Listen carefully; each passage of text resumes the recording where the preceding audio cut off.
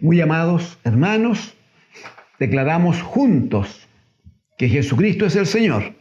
Amén. Bendito y alabado nuestro Señor, ¿no? Damos gracias al Señor por este tiempo, por sus misericordias, por nuestros amados hermanos, que el Señor está trabajando con ellos. Los que han estado un poquito afectados, el Señor los está levantando ya por gracia suya, ¿no? Por amor de su nombre. Amén. Les quiero invitar a que entremos inmediatamente a la palabra del Señor. Por favor, libro de los Hechos de los Apóstoles. Hechos, hermanos, en el capítulo 12.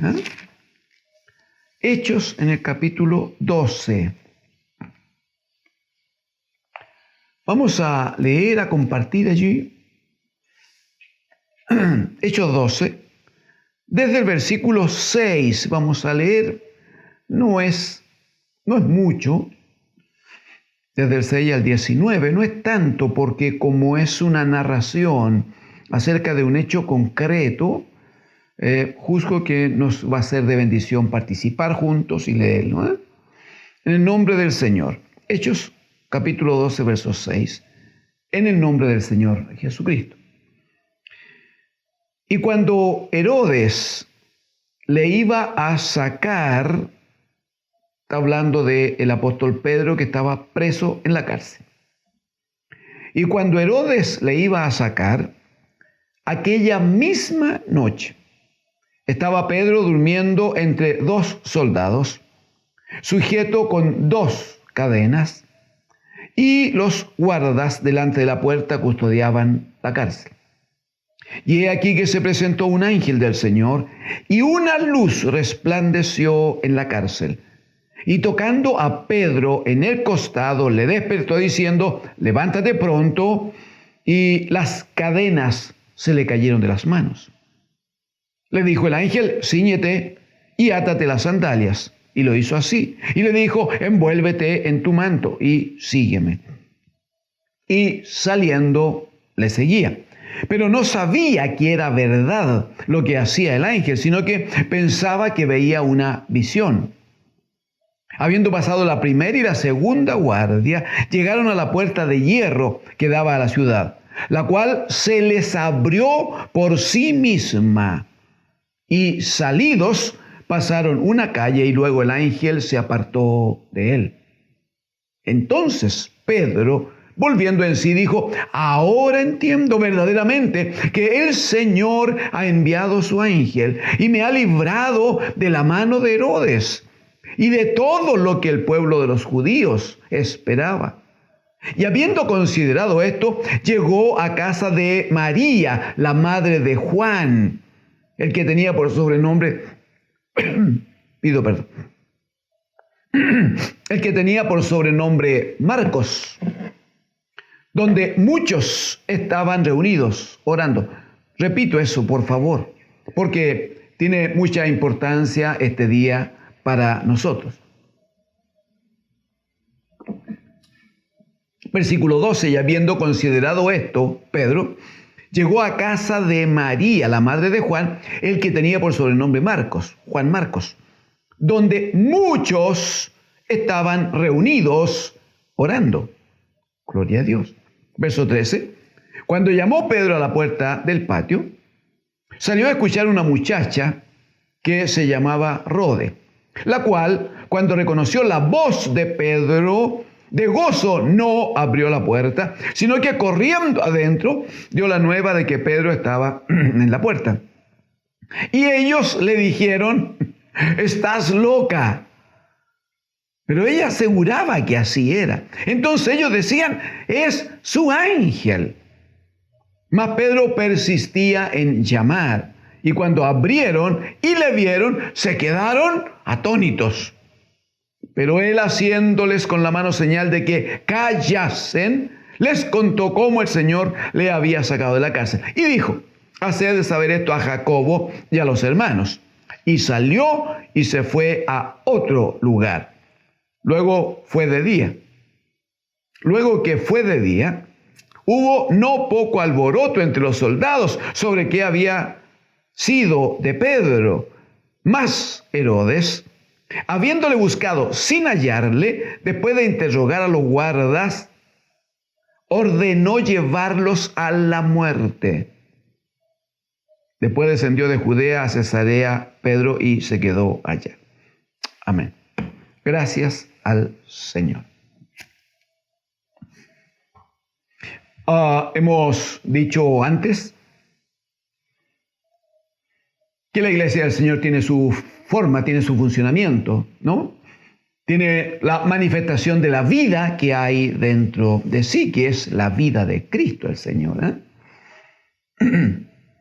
Y las cosas no pueden hacerse de otra manera, sino de la manera que el Señor lo establece, sino de la manera que el Señor ha determinado sean hechas las cosas en su reino, en su casa, en su cuerpo, en el cuerpo de Cristo. La iglesia del Señor estaba viviendo en el primer siglo, en este tiempo que estamos leyendo, estaba viviendo tiempos no fáciles, hermanos, tiempos no fáciles.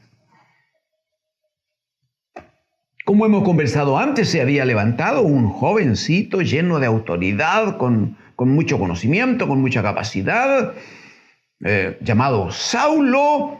Había liderado movimientos y andaba detrás de los cristianos, los del camino les llamaban, y los apresaba y los metía presos y algunos los mataban, y él participaba activamente en eso. Pero el Señor se le aparece a Saulo y bendito sea el Señor. Él provocó un cambio de vida tan profundo en este varón que, como ya algo hemos visto, inmediatamente después que el Señor abrió sus ojos, inmediatamente que se le impusieron las manos y recibió el Espíritu Santo, dice la Escritura que se levantó y fue bautizado. E inmediatamente, dice la Escritura, él empezó a predicar el Evangelio. Empezó a predicar y anunciar que Jesucristo, que Jesús es el Señor, decía él. Pero eso provocó también que la iglesia del Señor entonces tomara fuerza, tomara valor y empezara a predicar y empezara a anunciar, y se levantaron hombres como algunos de los cuales hemos estado de paso examinando su disposición para obedecer, su disposición para, como Esteban, entregar su vida por causa de la palabra del Señor. El apóstol Pedro era columna, dice la Escritura, en la iglesia allí en Jerusalén. Y en estos tiempos tan difíciles que estaban viviendo, si me acompaña, por favor, al comienzo del capítulo 12, al comienzo, es para que entendamos un poquito más cuál es la situación a la que debe algunas veces, muchas veces, enfrentarse la iglesia, No porque la iglesia es el cuerpo de Cristo, significa que nunca va a tener problemas. No es porque la iglesia sea la amada del Cordero, como dice la Escritura, entonces la iglesia nunca lo va a pasar con dificultades. Es más bien al revés. Si Cristo, siendo la cabeza de la iglesia, tuvo que pasar por la muerte, por la cruz, ¿qué queda para el resto de su cuerpo? Más bien esa es una visión, una mirada distinta. De hecho, el Señor le dice a los discípulos, si todas estas cosas las están haciendo con el árbol verde, decía él, ¿qué más será con las ramas? ¿Qué se puede esperar? Entonces, aquí en el capítulo 12, si usted me acompaña, por favor, dice en los primeros versículos, en aquel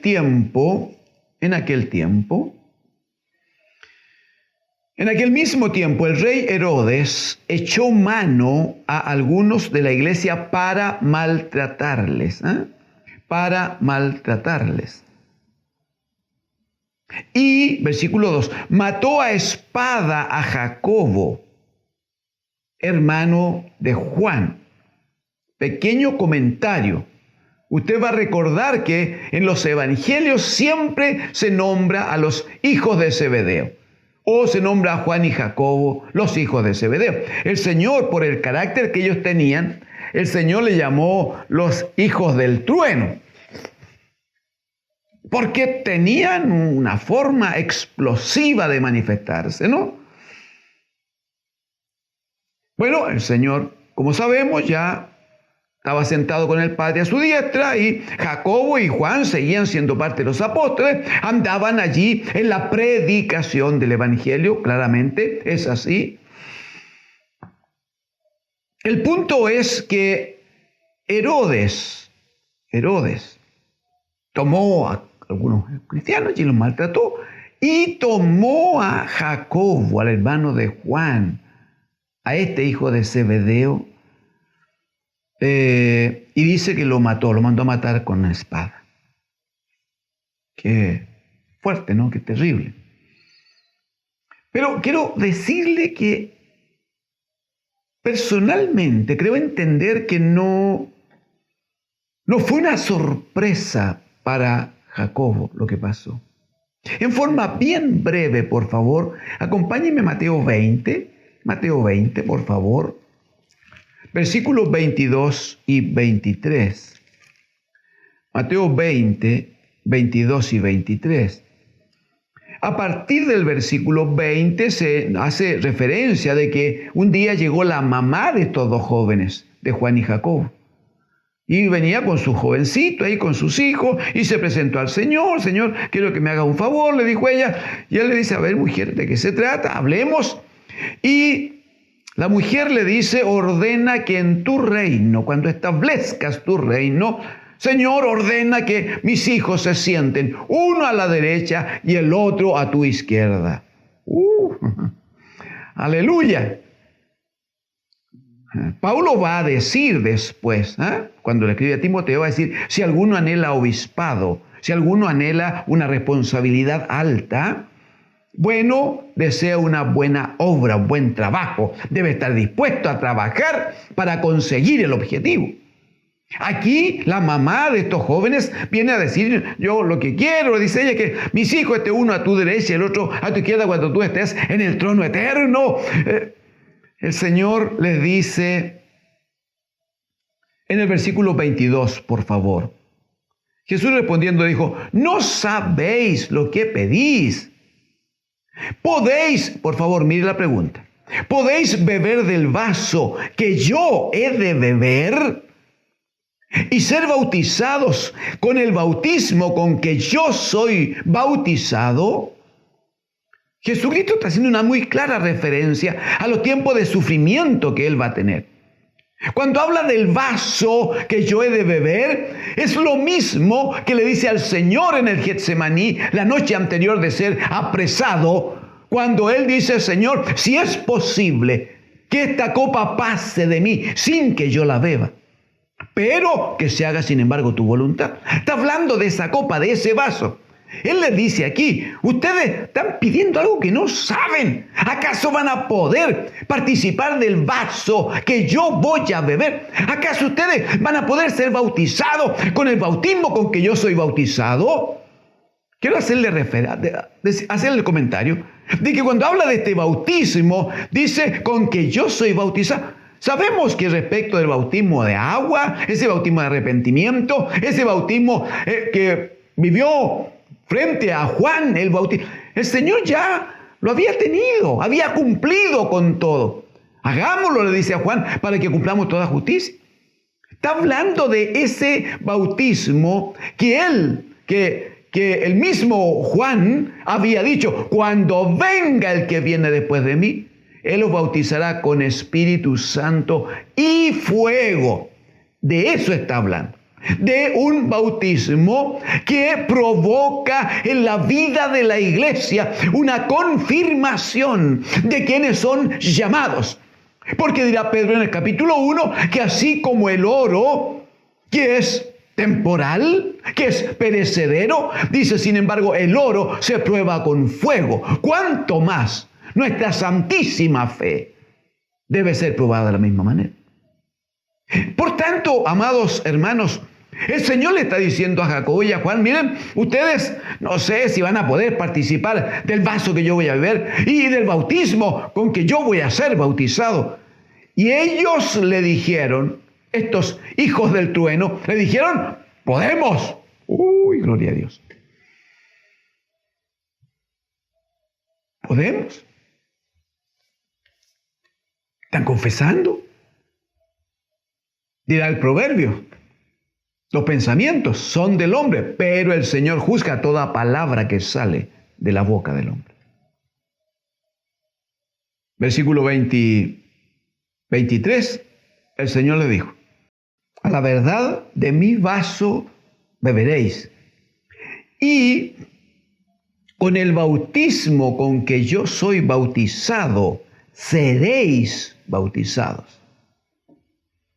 Pero el sentaros a mi derecha y a mi izquierda no es mío darlo, sino a aquellos para quienes está preparado por mi Padre.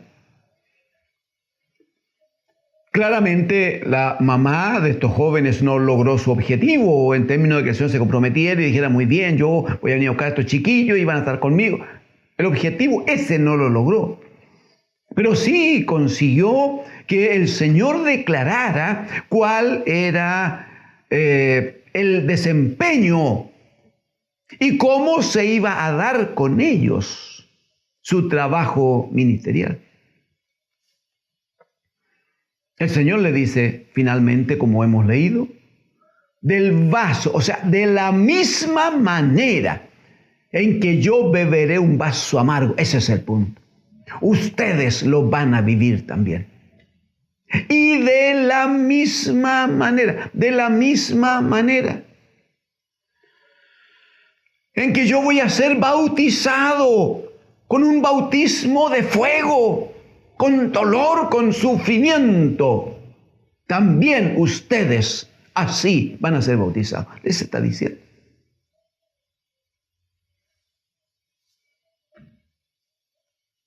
Entonces, cuando en el capítulo número 12 de Hechos, volvamos allí, por favor.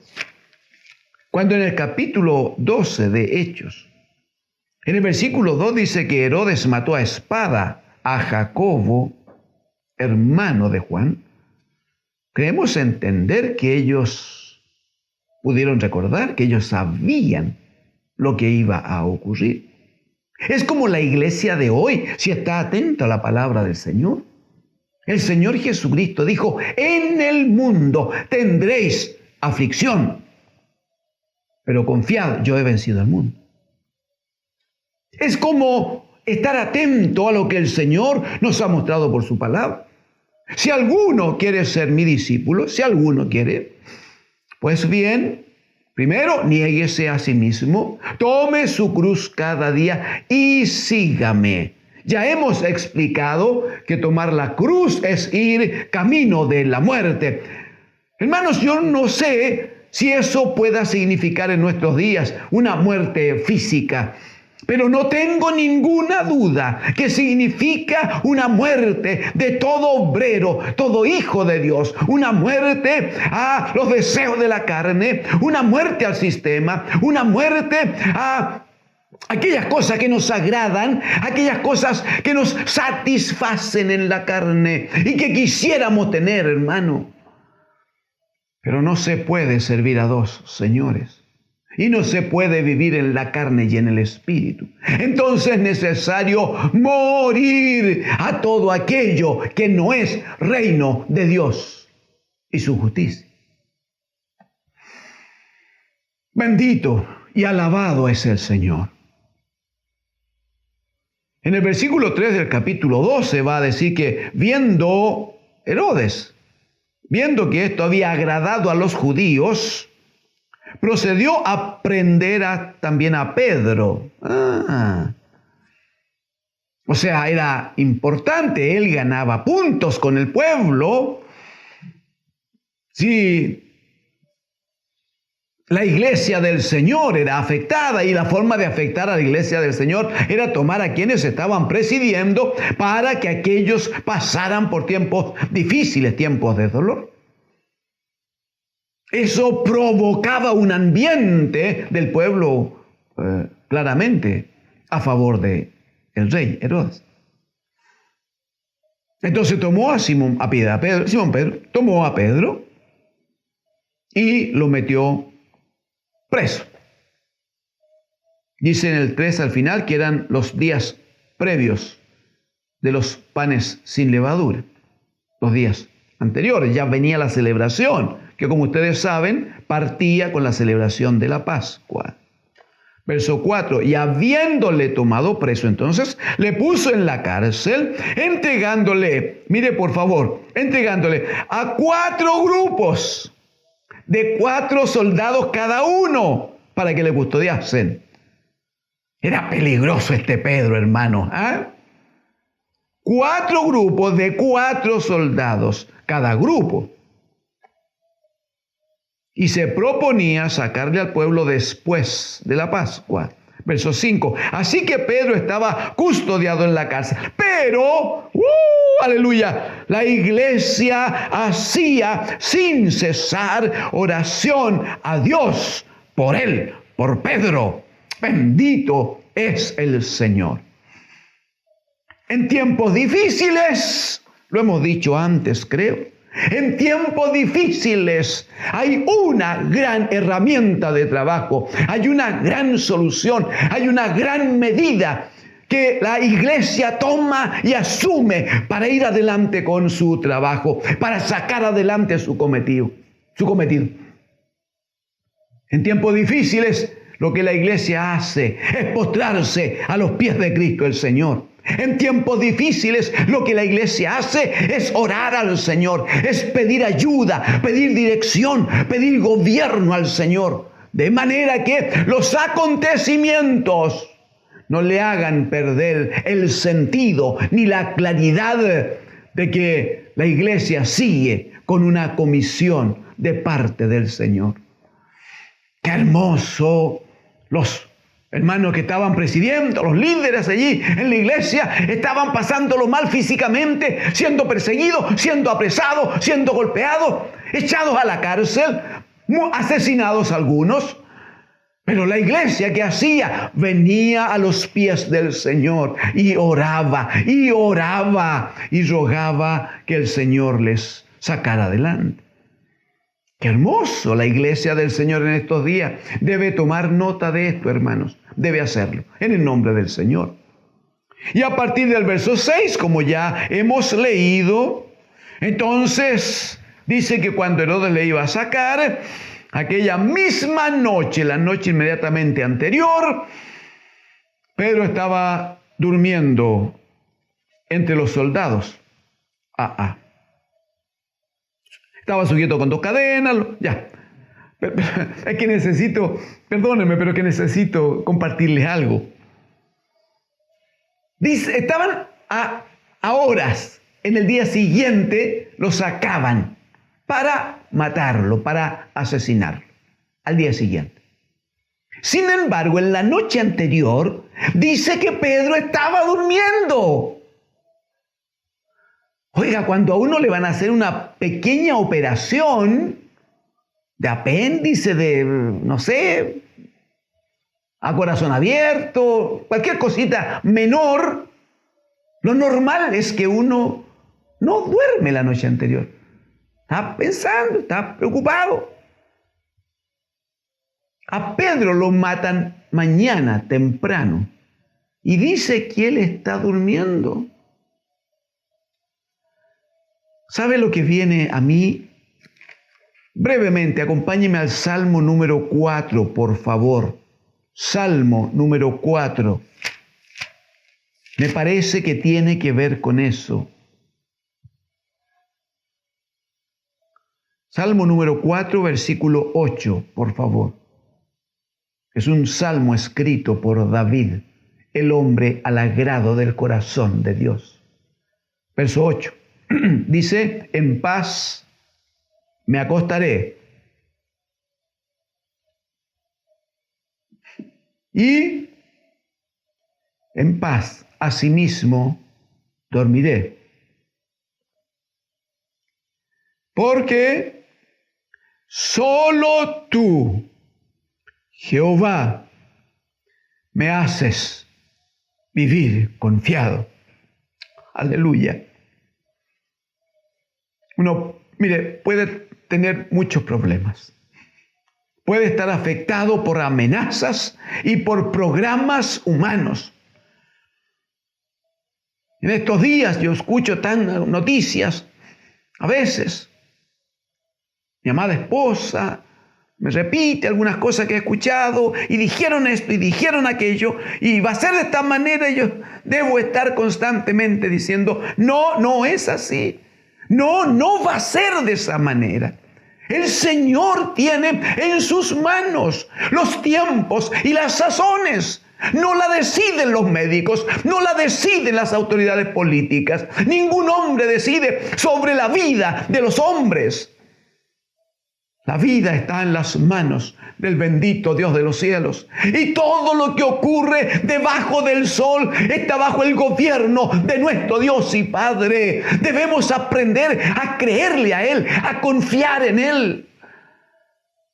Y aunque la muerte ande paseándose por las calles de este país y en otros lamentablemente, la palabra del Señor dice para sus hijos, para los que hemos creído, en paz me acostaré y asimismo dormiré. ¿Y por qué? Porque solo tú, Señor, me haces vivir confiado. Al parecer, el Espíritu Santo de Dios le había revelado esta verdad también a Pedro. Y aunque lo sacaban para matarlo enseguida, en las próximas horas, dice que esa noche él dormía entre dos soldados, sujeto con dos cadenas, y los guardas delante de la puerta custodiaban la cárcel. Vuelva conmigo a Hechos capítulo 12, verso 7, por favor. 12:7. Y aquí se presentó un ángel del Señor y una luz resplandeció en la cárcel. Y tocando a Pedro en el costado, le despertó diciendo, levántate pronto, y las cadenas se le cayeron de las manos. Mire, no quiero detenerme aquí, pero no hay coincidencia en lo que el Señor hace. No es que haya una simple coincidencia, a eso me refiero. No es que mire justo una casualidad. El Señor tiene todo tan bien controlado.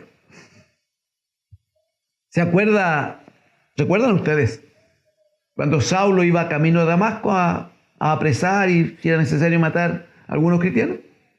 Él iba ahí como gran campeón. ¿Qué fue lo que lo derribó? ¿Una ametralladora? ¿Una bomba? ¿Qué fue lo que? Dice que lo rodeó una luz con un resplandor más fuerte que la luz del sol. ¿Recuerdan eso? Mire lo que pasa ahora. Está de noche, sí, en tiempo que la gente duerme. Pedro estaba durmiendo en la cárcel. Y dice que en la noche aparece una luz en el lugar, que no era cualquier luz, obviamente. Una luz que resplandece, lo llena todo de claridad. Bendito sea. Y es tanta la autoridad de la luz que el ángel que se manifiesta, que se presenta, le toca a Pedro, le despierta, le dice que se levante, pero en el mismo momento las cadenas se abren y caen.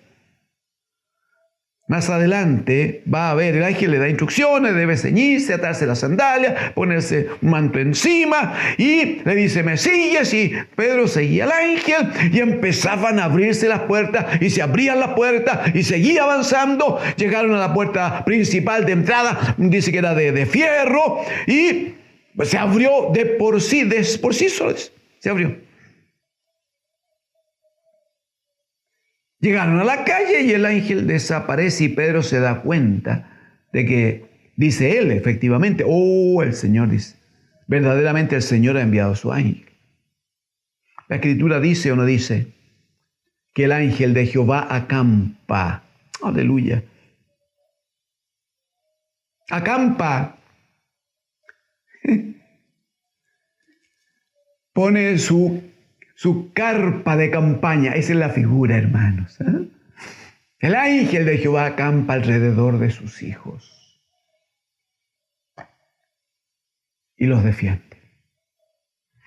Bendito es el Señor. Pedro dijo verdaderamente, mire, el Señor ha enviado su ángel, me ha librado. Muy bien. Versículo 12, por favor, es bien importante. Habiendo considerado el hecho, dice, se fue rápidamente a casa de la hermana María, la mamá de un joven llamado Juan Marcos. Más adelante esperamos tener ocasión de conocerlo un poco más a él. Juan, el que tiene por sobrenombre Marco, otra vez, versículo 12 al final, donde muchos, está hablando de la iglesia, hermanos, donde muchos estaban reunidos orando. Aquí está la instrucción, usted se da cuenta, ¿verdad? Esto es palabra de Dios para la iglesia de estos días. No puede la iglesia pretender salir adelante en victoria. No puede la iglesia ser vencedora en situaciones como esta. No pretenda la iglesia salir con su fe fortalecida, si no está permanentemente orando al Señor y con su oído atento para oír la voz del Señor que le instruye, que le alimenta, que le bendice y le santifica. Cuando llegó Pedro a la puerta, verso 3, salió a escuchar a una muchacha llamada Rode, la cual reconoció la voz de Pedro. Dice, fue tal la emoción que en vez de abrirle la puerta a Pedro, la chiquilla se da la media vuelta y parte corriendo para adentro a contar que Pedro estaba a la puerta. Y aquí se producen tres cuestiones que necesitamos comentar a lo menos. Verso 15, Rode va corriendo adentro y le dice a los hermanos, aquí a la puerta está llamando Pedro, está Pedro. ¿Y saben lo que le responden los hermanos a Rode? Versículo 15. Estás loca. Estás loca. Una pequeña pregunta. ¿No estaba la iglesia orando por Pedro? ¿No dice en el capítulo 12, versículo 5, que la iglesia hacía sin cesar a Dios oración por él?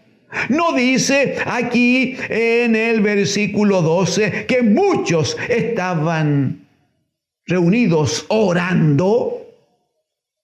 Y ahora que el Señor manifiesta su poder y aparece el mismísimo Pedro. Claro, los hermanos tenían en mente que Simón iba a ser asesinado al día siguiente. Es lo que ellos estaban pensando. Entonces, claro, le habla Rode de que está Pedro ahí.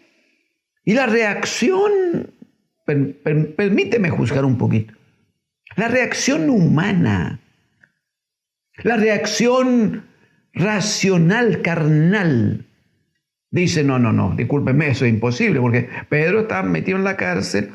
Es probable que hasta hubieran sabido que habían 4 grupos de 4 soldados cada uno custodiándole. A lo mejor sabían que estaba atado con cadenas. Entonces, que estuviera Pedro ahí no era posible. No era posible para los hombres. Entonces, ¿qué le dicen a Rode? Estás loca. Mira el versículo, en el mismo versículo 15, dice que pero ella aseguraba que era así, o sea, ella seguía discutiendo, no, pues si está ahí Pedro, si Pedro está ahí. Entonces ellos ya usaron un argumento ya más elevado, pero manteniendo la postura, y le decían, es su ángel, ya, tranquila, sí, es su ángel el que está ahí, ya, listo, para que la Rode se quedara tranquila. Verso 16, mas Pedro persistía en llamar.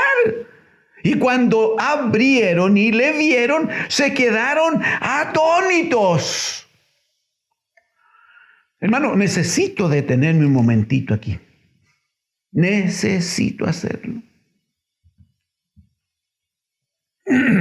Hemos citado, no una vez, hemos citado antes, que la iglesia del Señor tiene toda la autoridad del Señor.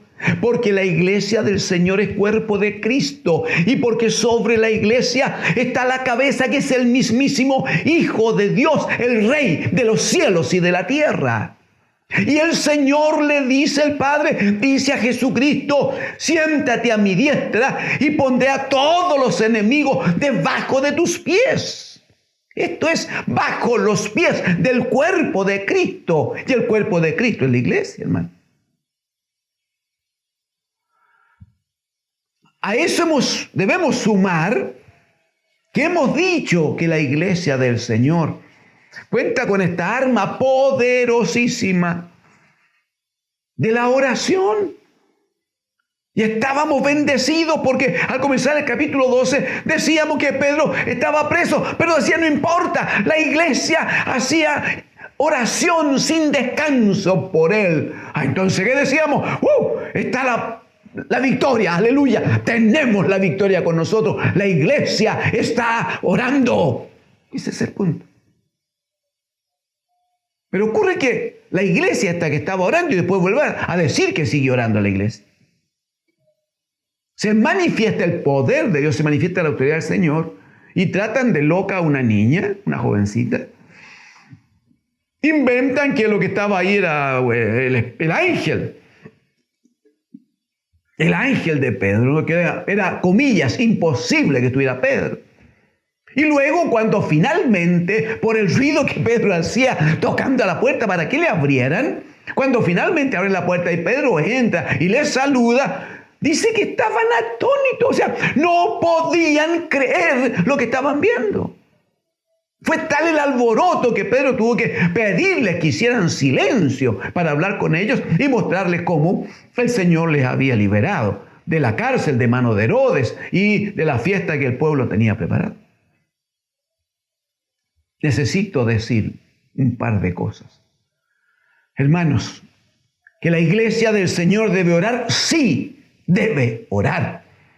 Pero no puede orar de cualquier manera. No puede orar por cumplir. No puede orar por rutina. No puede orar porque es parte de la forma de vida evangélica. Con mucho cariño y respeto.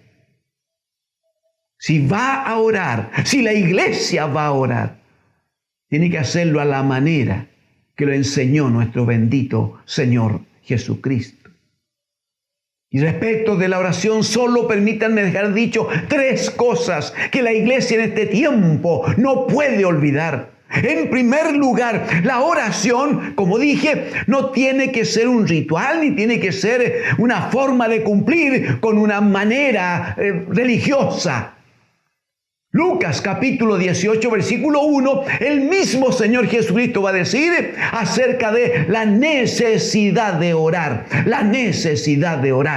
y no desmayar. Y va a contarles toda una figura literaria para que los discípulos entendieran que debían orar siempre.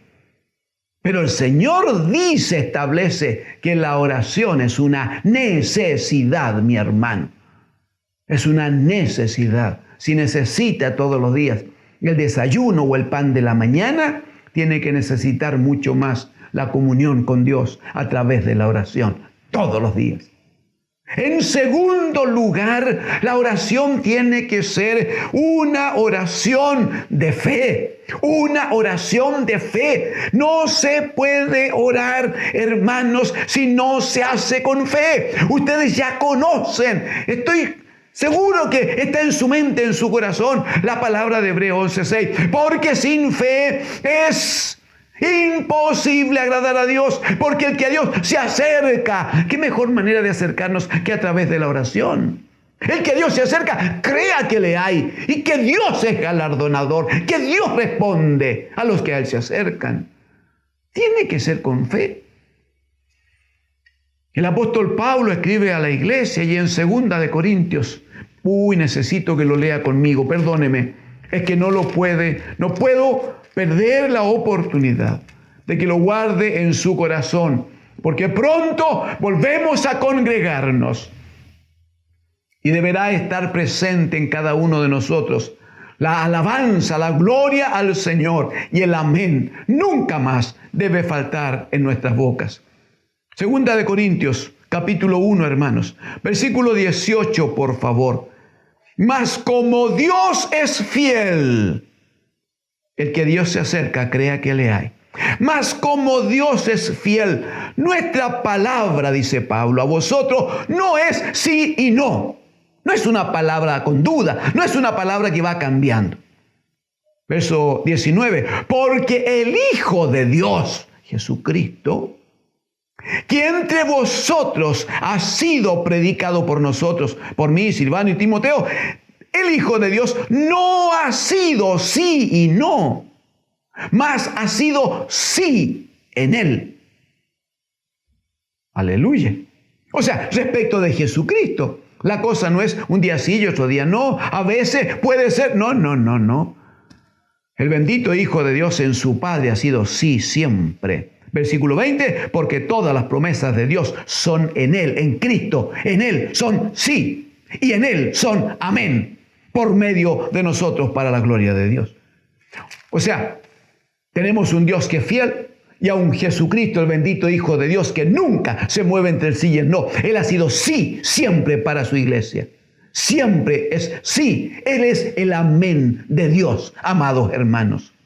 Por tanto, la iglesia debe orar con fe, debe orar como una necesidad primero, debe orar con fe enseguida y según dirá el apóstol Judas en esa carta breve pero hermosa, debe orar en el Espíritu Santo. ¿Y eso qué significa exactamente? Que debe orar conforme a la palabra de Dios. Porque dijo el Señor en Juan 6:63, las palabras que yo les he dado son espíritu y son vida. Debe orar conforme a la Escritura, debe orar conforme al llamamiento de Dios, debe orar conforme está escrito. No cuidando de no andar en las cosas de la carne, sino que andando en las cosas del Espíritu. Porque ninguna, Romanos 8:1, ¿no? Porque ninguna condenación hay para los que están en Cristo Jesús, los que no andan conforme a la carne, sino conforme al Espíritu, los que andan espiritualmente. Y solo los que andan en el Espíritu pueden orar en el Espíritu Santo. Señor, nos ayude, amados. En el nombre del Señor les ruego, usemos este tiempo. Tómese un tiempo de silencio a lo mejor. ¿Vamos a orar? Sí, debemos orar. Pero a veces el silencio es más elocuente que muchas palabras. Y este puede ser un buen tiempo para algunos. Si alguno se ha olvidado de la oración, si alguno no tiene tiempo para otras cosas y no para estar a los pies de Cristo el Señor, yo le ruego, le exhorto en el nombre de Jesucristo, revise ahora cuál es su posición delante del Señor. Y si puedes, oremos juntos y comprométase ante el Señor. Y dígale, Señor, yo te necesito cada día. Porque así como el ciervo brama por las corrientes de las aguas, así mi alma tiene sed de ti, Señor. Oremos al Señor, hermanos. Papito amado, en el nombre de Jesús, bendiga su casa estos días, Señor. Y trate con ese hermano en particular y con la amada hermanita, Señor, que está viviendo tiempos de duda, en que su fe se ha debilitado. Padre, en el nombre de Jesús, ponga en sus vidas la necesidad de orar, Señor, para que en su misericordia usted cumpla su propósito en su amada iglesia. Bendiga su casa, bendiga su pueblo.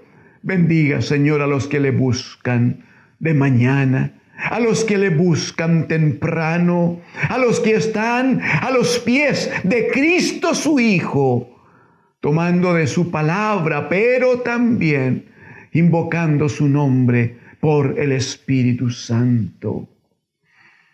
Bendiga su amada iglesia y reciba, Señor, a aquellos que hoy toman compromiso con usted. En el nombre de Jesús, el Señor. Gracias, Señor.